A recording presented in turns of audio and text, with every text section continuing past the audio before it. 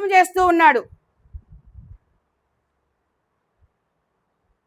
తనలో తాను ఆనందిస్తూ తన ఎదుటిగా ఉన్న వాళ్ళందరినీ కూడా ఆనంద స్వరూపులుగా మార్చేస్తూ ఉన్నాడు శివుడు. ఎక్కడున్నాడయ్యా శివుడు? మనలోనే ఉన్నాడు. ఆ మనలో ఉన్న శివుడిని ఈరోజు మనము శ్వాస ద్వారా, ఉచ్ఛ్వాస నిశ్వాసల ద్వారా ఎంతో సులువుగా మనలో ఉన్న శివుడిని మనం తెలుసుకున్నాము. ఆయనకి దగ్గరగా ఉన్నాము, ఆయనతో మమేకమై ఉన్నాము.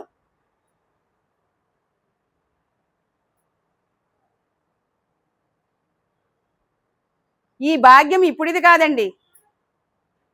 ఆయనతో మనకి పరస్పరము అనేక జన్మల నుంచి ఆయనతో కలిసి వస్తూ ఉన్నాము.